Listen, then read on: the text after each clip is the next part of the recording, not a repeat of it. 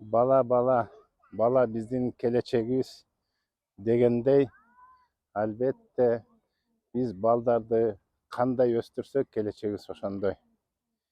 Мен бала тарбиялоо боюнча кыскача бир өзүм пикиримди айткым келди. Бүгүнкү күнү биздин элибиз, журтубуз, ата-эне баланын тарбиясы ушу бала бакчадан, анан кийин мектептен, анан кийин кайсы бир колледж же окуу жайдан алынат деп эсептешет да. Бул эң туура эмес ой. Баланы тарбиялоодо пайгамбарыбыз саллаллаху алейхи вассалам бирөөгө барганда эми төрөлгөндү кантип тарбиялайт, 9 ай кечиктиң, андан мурун дагы тарбиялаш керек дегенде, баланын жакшы болушун ата-эне үйлөнгөндүн алдында тандайт. Ошон үчүн балдарыңарга жакшы эне тандагыла деген. А биз эмне өзүбүзгө эркектер буту жакшы, башы жакшы, мурду жакшы, көзү жакшы дейбиз. А энелик жагы каяк экенин ойлоп да койбойбуз. Ошон үчүн мына ошол жагынан да ката бар. Эми бала бакча демекчи. Мен өзүм көп кызыгып, япондуктардын бала тарбиялаганын, Япония эмне үчүн өнүгүп, ал жакта эмне үчүн илимдүүлөр, илим жакшы чыгып, эмне үчүн өркүндөп атканын абадан кызыгып карап жүрүп, ушу бир жыйынтыкка келдим. Япондуктар кичинекейинен балдарына 6 жашына, 7 жашына какус кукус кылбай, урушпай, оюндасын кылып тарбиялап, андан кийинки мектепке өзүнчө эле бир искусство экен да. Мен мындай айтат элем да, баланы кичинекей деп ойлобошубуз керек биз. Баланын көзүнчө биздин ата-энелер, мынакей силер угуп отурасыңар, тим эле бири-бири менен кырылышып, урушкан, жолбосо абысын менен абысын азилдешип атканда, башка бирөөлөрдү жамандап, башка бирөөдү укшактап, өзгөчө ийгиликтүү адамдарга көрө албастык аркылуу жамандайбыз, балдарыбыз тиякта ойноп атат деп ойлоп алар жүктөп атат. Жанагындай өзүнө соргучтай болуп соруп атат, ойноп атып эле жүктөп, ошон үчүн ата-эненин сүйлөгөнү ошон үчүн ошоно окшош деп айтылат. Мына ошодон башталат. Жамандабагыла башка бирөөдү, ийгиликтүү адамдарды жамандабагыла. Япондуктар мына мектепте окутуп баштаганда жанаң ийгиликтүү адамдарга жолуктурат экен. Алар менен азилдешип, сүйлөшүп, анан тарыхын айтып берип, алар ошо ийгиликтүү болуш үчүн, ошондой болуш үчүн мындай ынтызар болуп өнүккөнгө аракет кылат экен. Заводдорго апарып, заводдорго көбүрөөк көргүзөт экен мектептен. Биздин программабыз тескерисин айткым келип атат да, мектептен заводдорго көбүрөөк апарат экен. Заводдон эмне чыгат, кандай өндүрүш, кантип бизнесмен болуш керек, жана кантип өндүрүштү өнүктүрүш керек.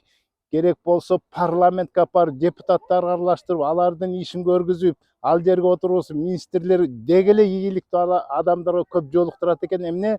Балдар ошого ынтызар болуп, ийгиликке жетем деп умтулушканга аракет кылып, жана мектептен керек болсо уборщица аны муну жок эле балдардын өздөрүнө тазалыкка үйрөтөт экен. Япондуктар чоңдор бири-бирине жаман сөз айтпайт. Чоңдор бири-бирин жамандабайт. Жалаң гана икейип жакшы сөз айтып туруп басып туруп кетет. Мына ошон үчүн балдарга ошол жугат. А биздин эмне ызылдап колунан ток да келбеген адамдар бүгүн айтып кетейин силерге. Тим эле президентти шыбатышканын көрөсүң, парламентти, депутат тетиякан НАТОга чейин өтүп кетет. Ой, НАТО мындай экен, Америка. Өзүнүн жаман шымыгир болуп жүрөт.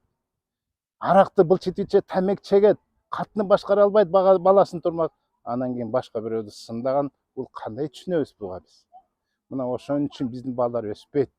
Алар ийгиликтүү адамдарды туура эмес, тетиги чоңоюп кетиптир, колуна тийгенде бузулуп кеттир, тетиги байдын аялы семирип кетиптир, анан ал минтип кетиптир, бузулуп кетиптир, депутаттар андай мындай ошентип олдуптур, ийгиликке умтулбайт, болгусо келбейт, депутат десе алар акмак адам деп ойлоп туруп умтулбаганы да ошодон.